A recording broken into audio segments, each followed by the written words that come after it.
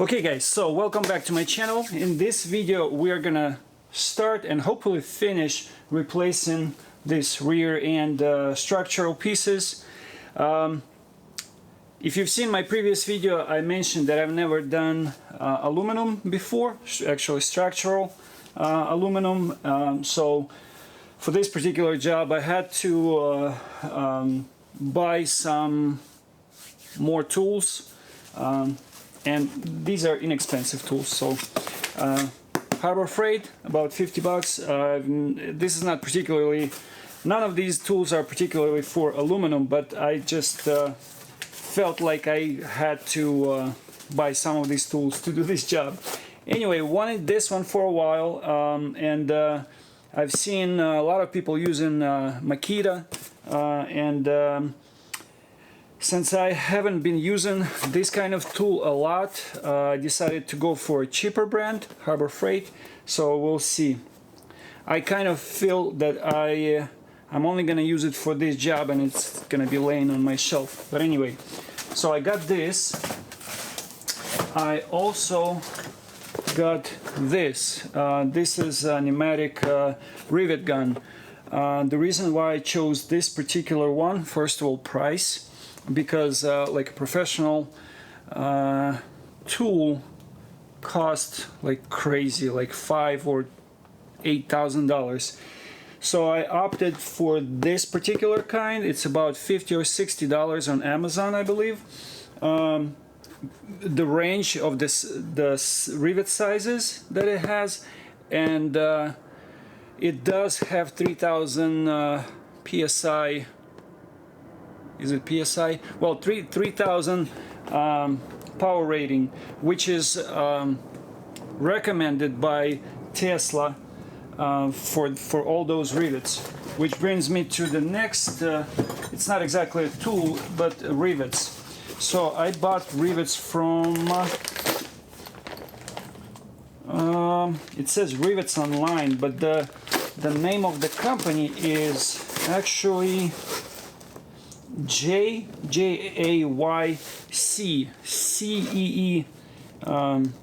rivets. So they do have exactly same kind of rivets, and I've bought 3 different kinds, and I believe 2 of these rivets are exact same size as the Tesla sells, and one is like a couple millimeters longer. So I opted to get it longer because there was no exact size available. Also, well, I bought this kind of set. It's a seam splitter set from Eastwood. Not exactly necessary for this job. I have other tools, but just wanted to upgrade my old tools. Let me show you one more tool real quick. Here's another tool that I had to purchase. It's called SPR. Well, the brand is SPR insertion tool. So this tool is for self-piercing rivets. I don't know if you're going to be able to see it though, but got this from Amazon. It's cost about $100 just for this.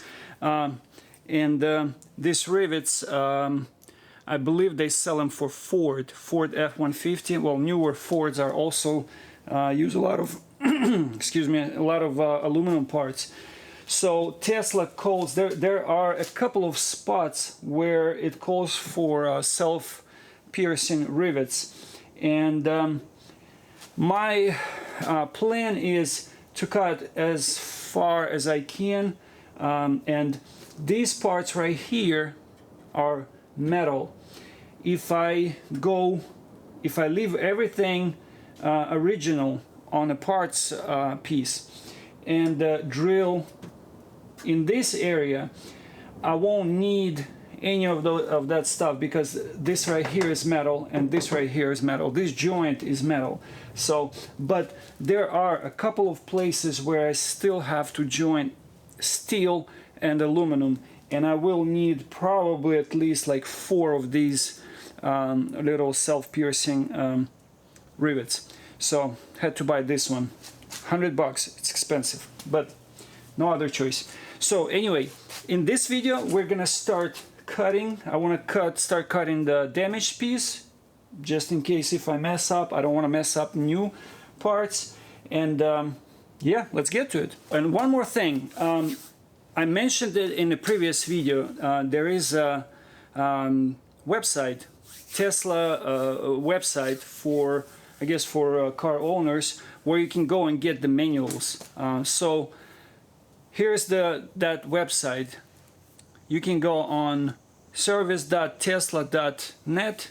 You can go on this website and search for repair manuals, particularly in my case, body panel repair manuals, and it shows you in a great detail how to replace certain pieces. It shows you which rivet goes where, it tells you how many rivets and where exactly to place those rivets. So it's a really useful resource, so check it out.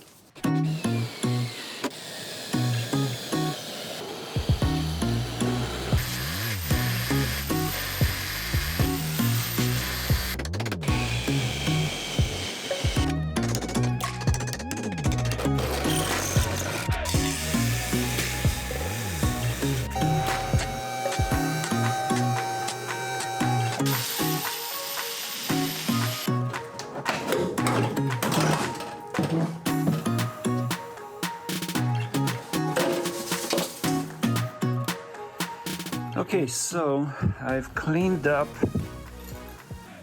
these frame rails where the new parts are going to be glued and riveted. Everything is cleaned up.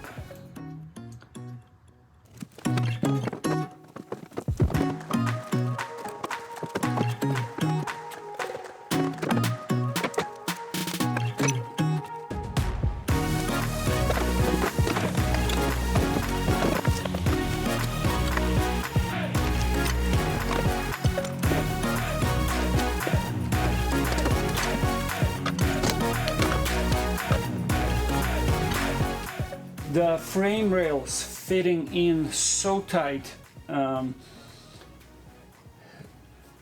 even though if I will be able to fit them in one piece, there's no way I can clear any of these areas. Hopefully you can see. Yeah, so there is pretty much no way for me to fit this area in here without doing some significant bending, which I really don't want to do. I want to keep everything as original as possible. Same thing over here. I don't know if you can see it. Same thing over here. This piece right here is going to be right about over here, and there is no way for me to fit this piece without doing some significant bending. So what I'm gonna have to do is actually separate this into probably at least 2 pieces and potentially maybe 3 pieces. This back wall and this piece right there.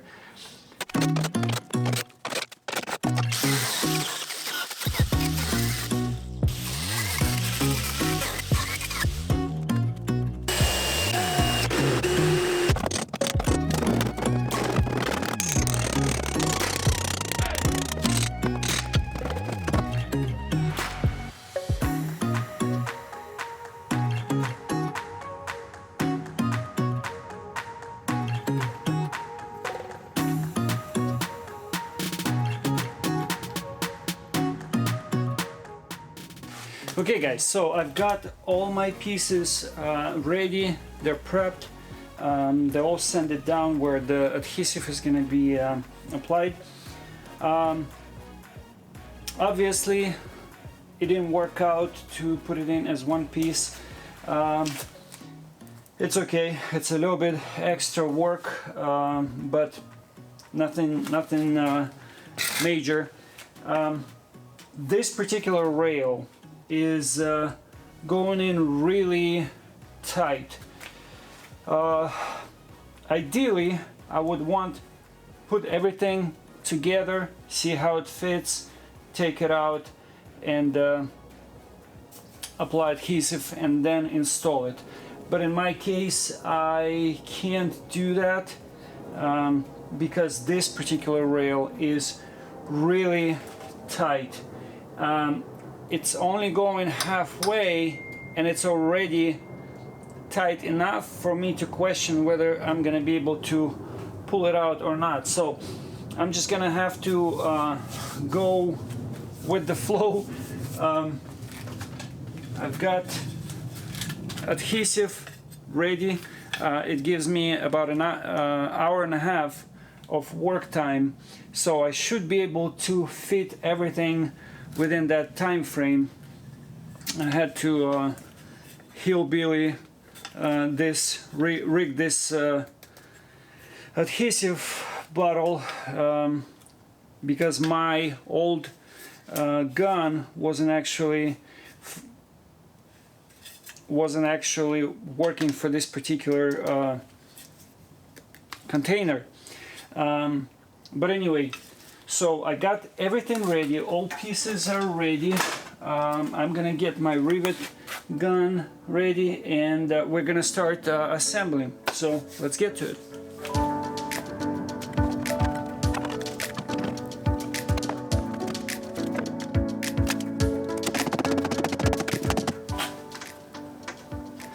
I'm installing bolts.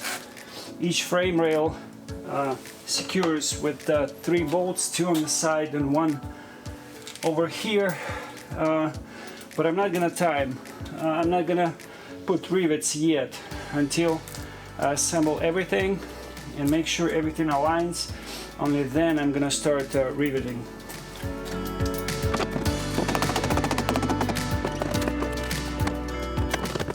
Okay, what I'm gonna have to do right now, I'm gonna have to use self-tapping screws to start connecting pieces together. That way I can put them in, take them out instead of rivets, because rivets are kind of permanent and screws are just easy to work with.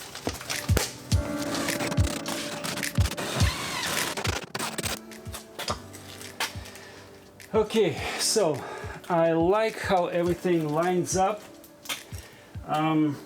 Unfortunately, I don't have time to put bumper, tail lights to match everything, align everything with trunk lid. Just simply don't have time because I only got about an hour to put rivets in. But I have a feeling that it should be just fine. So I'm gonna do a couple of small adjustments and I'm gonna start riveting and you know, hopefully everything is gonna line up.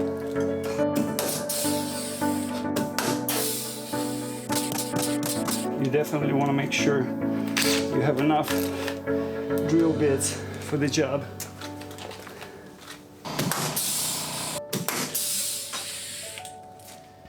Okay guys, so we are pretty much done with the structural portion of this project. All pieces are in. As you can hopefully see, everything is riveted. I've applied seam sealer everywhere it's needed.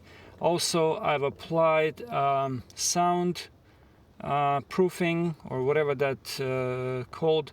I've applied undercoating, rubberized undercoating, whatever it's needed. And I actually already spray painted parts from the inside, right where everything is going to be covered by bumper, tail lights and things like that. In the next video we are going to start repairing quarter panels. We're gonna start and hopefully we're gonna finish it in one video. Both quarter panels are damaged, have dents in them, twists in them, and we are going to repair it.